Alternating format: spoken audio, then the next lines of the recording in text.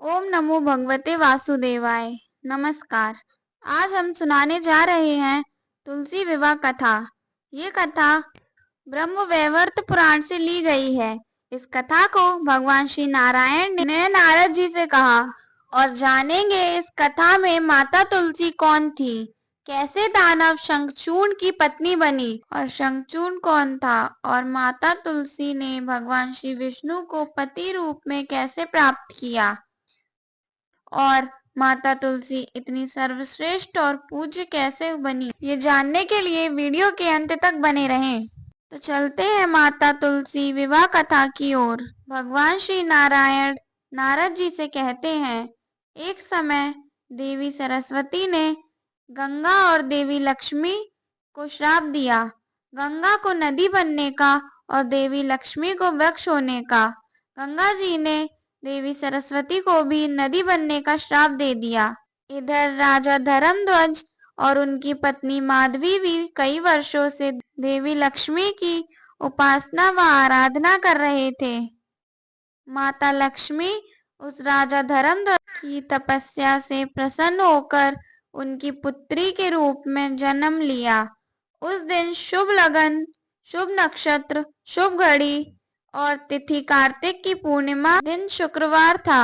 वो कन्या इतनी सुंदर थी, पृथ्वी पर उसकी किसी भी स्त्री से उसकी समानता नहीं हो सकती थी। ब्राह्मणों ने उसका नाम तुलसी रखा।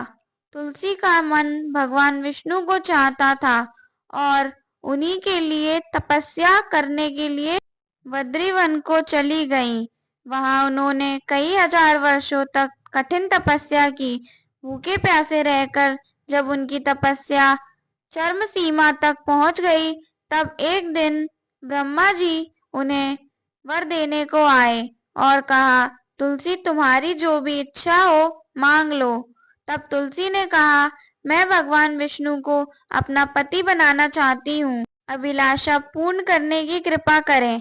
तब ब्रह्मा जी ने कहा, भगवान विष्णु के अंश से शंखचूर्ण का दानवों के कुल में जन्म हुआ है।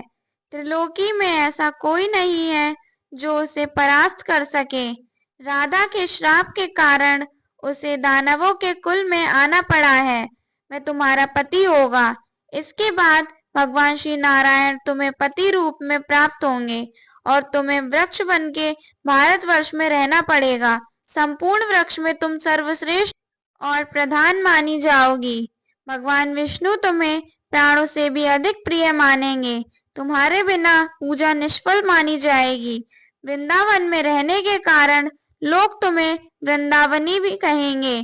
तुम्हारे पत्तों द्वारा भगवान माधव की पूजा संपन्न होगी। ब्रह्मा जी की बात सुनकर तुलसी प्रसन्न हो गई और ब्रह्मा जी अंतर्ध्यान हो गए। ब्रह्मा जी की बात मान तुलसी पुष्कर क्षेत्र में ही रहने लगी। पुष्कर क्षेत्र में ही शंखचूर्ण भी आया। तब तुलसी की दृष्टि उस पर पड़ गई। शंखचूर्ण को देखकर तुलसी ने पल्लू से अपना मुख ढक लिया और सिर नीचे झुका लिया। शंखचूर्ण ने जब तुलसी को देखा तो उसके पास आकर बैठ गया और तुलसी से पूछा, देवी तुम कौन और तुम्हारे पिता कौन हैं? तब तुलसी ने कहा, मैं राजा धर्मध्वज की पुत्री हूँ और तपस्या करने वन में आई हूँ। तुम यहाँ से चले जाओ। निर्जन स्थान में अकेली पर स्त्री से इस तरह बात करना उच्च पुरुषों को शोभा नहीं देता। तब शंखचूर्ण ने कहा, देवी तुमने जो कहा सो ठीक है। उच्च पुरुष अकेली पर स्त्री से बातचीत निर्जन स्थान में नहीं करते, मैं भी यही मानता हूँ, पर मैं तो ब्रह्मा जी की आज्ञा से आया हूँ और गंधर्व विवाह के अनुसार तुम्हें अपनी पत्नी बनाऊंगा। मेरा नाम शंखचूर्ण है। मुझे भगवान श्री कृष्ण का मंत्र मुझे अधिक प्रिय है। तब तुलसी ने कहा, स्त्री के बिना पुरुष का कोई महत्व नहीं होता। उनके दिए पिंड तो पितर भी ग्रहण नहीं करते हैं और उसकी शुद्धि तभी होती है जब वो चिता पे जाता है। देवता भी उनके दिए पुष्प और जल लेने में सम्मत नहीं होते और जिन पुरुषों का विवाह हो जाने पर जिनका चित्त स्त्री के वश में हो गया है, वह भी पाप का भागी होता है। मैं तो आपकी परीक्षा ले रही थी। तभी वहां ब्रह्मा जी आ गए और बोले, तुम क्या बातचीत कर रहे हो? अब तुम दोनों गांधर्व विवाह करो। फिर ब्रह्मा जी ने तुलसी से कहा, देवी, तुम ऐसे गुणी पुरुष की क्या परीक्षा करती हो? दैत्य दानव देवताओं सबको कुचल डालने की इसमें शक्ति है, अतः तुम दोनों विवाह बंधन में बंध जाओ। ये आज्ञा देकर ब्रह्मा जी अपने धाम को चले गए। तब शंखचूड़ ने गांधर्व विवाह करके तुलसी को अपनी पत्नी बना लिया और अपने भवन में ले आया और तुलसी के साथ दीर्घकालीन राज्य किया। शंखचूड़ ने देवताओं का राज्य और अधिकार छीन लिया, जिससे देवता निराश होकर ब्रह्मा जी की सभा में गए और वहां अपनी स्थिति बताकर बार बार दुखी होने लगे। तब ब्रह्मा जी ने देवताओं को साथ लेकर शंकर जी के स्थान पर गए। वहां पहुंच सभी बातें कह सुनाई। तब ब्रह्मा जी और शंकर जी देवताओं के साथ बैकुंठ धाम गए। वहां पहुंचकर भगवान विष्णु को देखा, जो पार्षदों से घिरे हुए बैठे थे। लक्ष्मी जी उनकी सेवा कर रही थी। वहां जाकर देवताओं ने भगवान श्री हरि की हाथ जोड़कर स्तुति की। तब ब्रह्मा जी ने पूरी बात बताई। तब श्री हरि ने कहा, शंखचूड़ गोलोक में रहने वाला एक गोप है, जो मेरा ही अंश है। वह राधा के श्राप से पृथ्वी लोक पर असुर हुआ है। अब उसकी मुक्ति का समय आ गया है। मुक्त होके पुनः वह गोलोक चला जाएगा। ये मेरा त्रिशूल ले जाओ और शंकर उस दानव का संहार करें। दानव शंखचूड़ मेरे कवच को कंठ में सदा धारण किए रहता है, इसलिए वह विश्व विजयी है। उसके हृदय में कवच रहते हुए कोई भी उसे मार नहीं सकता। अतः मैं ब्राह्मण बनकर उससे कवच मांग लूंगा और जब उसकी स्त्री का सतीत्व नष्ट होगा तभी उसकी मृत्यु होगी। तब त्रिशूल लेकर भगवान शंकर और सभी देवता पृथ्वी पर आ गए। तब चंद्रभागा नदी पर जाकर वहां ठहर गए और शिव ने अपने गण पुष्प दंत को दूत बनाकर शंखचूड़ के पास भेजा। पुष्पदंत को दूत समझकर कोई पहरेदार उसे रोकता नहीं था। पुष्पदंत सीधा दानव शंखचूड़ के पास पहुंचा। वहां शंखचूड़ सिंहासन पर बैठा था। वह बहुत सारे दानव घूम रहे थे। तब पुष्पदंत ने शंखचूड़ से कहा, राजन, मैं शिव का दूत हूँ। उन्होंने मुझे आपके पास भेजा है। उन्होंने कहा है, या तो आप देवताओं का राज लौटा दो या फिर युद्ध करो। तब शंखचूड़ ने कहा, तुम जाओ, मैं कल वहां आऊंगा। दूत भगवान शंकर के पास लौट आया और शंखचूड़ की कही बात सुना दी। इधर शिवजी के पास युद्ध के लिए सभी देवता इकट्ठे होने लगे। काली, कार्तिक, गणेश, धर्म सभी इकट्ठे हुए अपने अपने अस्त्र लेकर युद्ध के लिए। सभी एक स्थान पर एकत्रित हो गए। इधर दूत के जाने के बाद शंखचूड़ तुलसी के पास गया और दूत द्वारा कही सारी बातें सुनाई। सुनते ही तुलसी भयभीत हो दुखी हो गई। तब तुलसी ने कहा, स्वामी, कुछ क्षण ठहरिए, मैं आपको जी भर के देख लूं। मुझे भय भी लग रहा है। आज रात्रि को मैंने बुरा स्वप्न देखा है।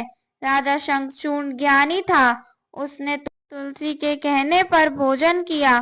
फिर तुलसी से मधुर वाणी में बोला, प्रिय, कर्म भोग का सारा फल काल के सूत्र में बंधा है।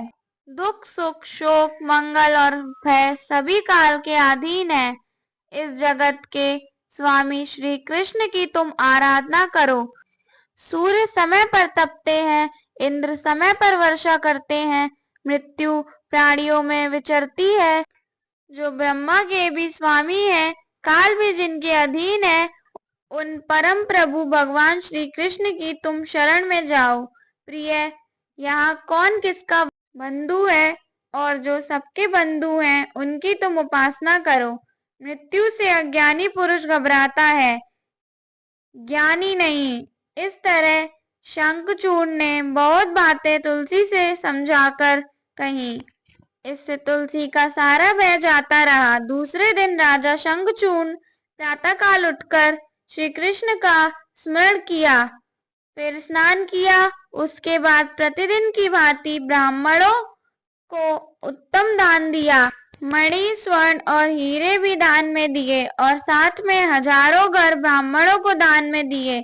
इसके बाद उसने अपने पुत्र को राजगद्दी पर बिठाकर संपूर्ण दानवों का राजा बना के सब उसे सौंप दिया और खुद हाथ में धनुष बाण लेकर कवच पहन लिया और सैनिकों को साथ में लेकर मन ही मन श्री कृष्ण का स्मरण करता हुआ उत्तम रथ पे सवार हुआ और शिवजी के पास चल दिया।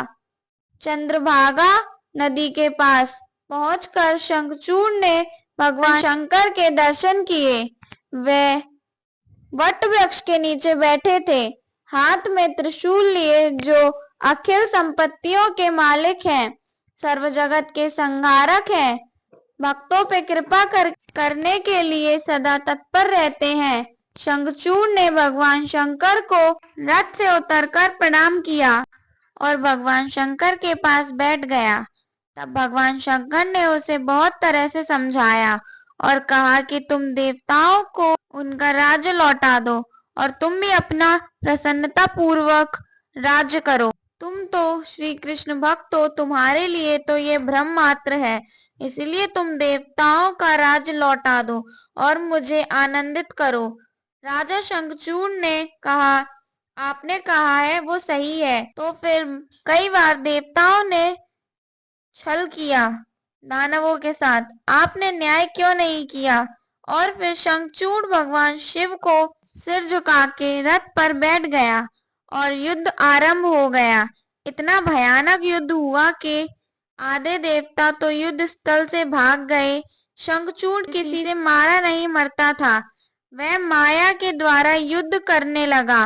काली भी युद्ध के लिए आ गई, पर दानव राज्य का कुछ भी नहीं बिगाड़ सकी। शंखचूड़ नारायण कवच को अपने गले में धारण किए था और उसकी पत्नी पतिव्रता थी, इसलिए वो किसी से मारा नहीं जा सकता था। उसी समय भगवान श्री विष्णु बूढ़े ब्राह्मण के वेश में आए और शंखचूड़ से कहा, मैं बूढ़ा ब्राह्मण तुमसे याचना करने आया हूँ, मुझे खाली हाथ ना लौटाना। तब शंखचूड़ ने कहा, मांगो मैं दूंगा। तब बूढ़े ब्राह्मण के वेश में श्री हरि ने श्री कृष्ण को कवच मांगा। शंखचूड़ ने उन्हें दे दिया। तब श्री हरि तुलसी के पास गए, शंखचूड़ का रूप धारण करके गए, वहां उससे कपटपूर्ण हास्य विलास किया। इससे उस देवी का सतत्व नष्ट हो गया। उसी समय श्री नारायण के दिए त्रिशूल को भगवान शंकर ने शंखचूड़ को मारने फेंका। ऐसे ही शंखचूड़ सब जान गया। उसने अपना धनुष फेंक दिया और भगवान श्री कृष्ण में मन लगाकर वहीं बैठ गया। त्रिशूल शंखचूड़ को लगा, वैसे ही उसकी मृत्यु हो गई। इधर तुलसी ने श्री हरि से कहा, बताओ तुम कौन हो, नहीं तो मैं तुम्हें श्राप दे दूंगी। तब भगवान विष्णु श्राप से डर के अपने वास्तविक रूप में आ गए। जब तुलसी ने श्री हरि को देखा तो पति के निधन का अनुमान करके तुलसी मूर्छित हो गई। फिर सचेत होने पर उसने श्री हरि से कहा, नाथ, आपका हृदय पाषाण का है, आपको तनिक दया नहीं आई। आज आपने छल करके मेरे शरीर का धर्म नष्ट कर डाला और मेरे स्वामी को भी मरवा डाला। प्रभु, आप अवश्य पाषाण हृदयी हैं, तभी तो इतने निष्ठुर हैं। अब मेरे श्राप से पाषाण बन के इस पृथ्वी पर रहें। बिना अपराध ही आप अपने भक्त को क्यों मरवा दिया? और रोने लगी। तब भगवान श्री हरि नीति पूर्वक समझाने लगे। श्री हरि बोले, तुमने भारत में मेरे लिए बहुत समय तक तपस्या की थी। शंखचूड़ भी मेरा ही अंश था, अब वो गोलोक चला गया। अब तुम्हारी तपस्या का मैं फल देता हूँ। तुम इस देह का त्याग करके दिव्य देह धारण करो और मेरे साथ रहो। तुम्हारा ये शरीर गंड की नदी में परिवर्तित हो पवित्र नदी बनेगी और तुम्हारे ये केश तुलसी का वृक्ष बनेंगे और तुम्हारी प्रसिद्धि तुलसी के नाम से होगी। तुम मेरे सदा साथ रहोगी। तुलसी वृक्ष के नीचे का स्थान पवित्र माना जाएगा। तुलसी पत्र जल से जिसका स्नान हो गया, उसको संपूर्ण तीर्थों में स्नान का फल मिल जाता है। देवी, हजारों घड़ों के नहलाने से श्री हरि को उतनी तृप्ति नहीं होती है जितनी तुलसी के एक पत्ते चढ़ाने से प्राप्त करते हैं। 10,000 गोदान से जो मानव फल प्राप्त करता है, वह तुलसी के दान से पा लेता है। मृत्यु के समय जिस मानव के मुख में तुलसी दल और तुलसी का पानी डाला जाता है, वह वैकुंठ को पा लेता है। जो मनुष्य नित्य प्रतिदिन तुलसी का जल ग्रहण करता है, उसी का जीवन मुक्त है और उसे गंगा स्नान का फल मिल जाता है। जो मानव तुलसी का पत्ता मुझ पर चढ़ाता है, वह लाख अश्वमेघ यज्ञ का फल पाता है।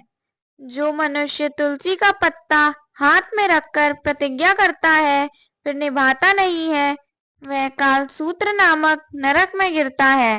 पूर्णिमा, अमावस्या, द्वादशी और सूर्य की संक्रांति के दिन मध्याह्न काल, रात्रि, दोनों संध्याओं और असोच के समय तेल लगाकर बिना नहाए धोए जो मनुष्य तुलसी के पत्तों को तोड़ते हैं, वह मानो श्री हरि के मस्तक का छेदन करते हैं। देवी, श्राद्ध, व्रतदान तथा देवार्चन के लिए तुलसी पत्रवासी होने पर भी 3 रात तक पवित्र ही रहता है। श्री हरि कहते हैं, देवी, अब तुम तुलसी बनकर हमेशा मेरे पाषाण रूप के साथ रहो।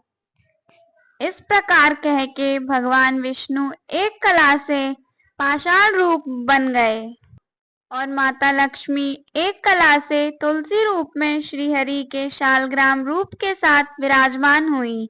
तभी से एकादशी से लेकर पूर्णिमा तक तुलसी और शालग्राम विवाह का उत्सव मनाया जाता है। इस तुलसी विवाह को जो कहता या सुनता है, वो भगवान श्री विष्णु और माता तुलसी के प्रसन्नता को प्राप्त कर लेता है। आप सबको इस कथा को सुनने के लिए धन्यवाद। जय श्री हरि, जय श्री कृष्ण।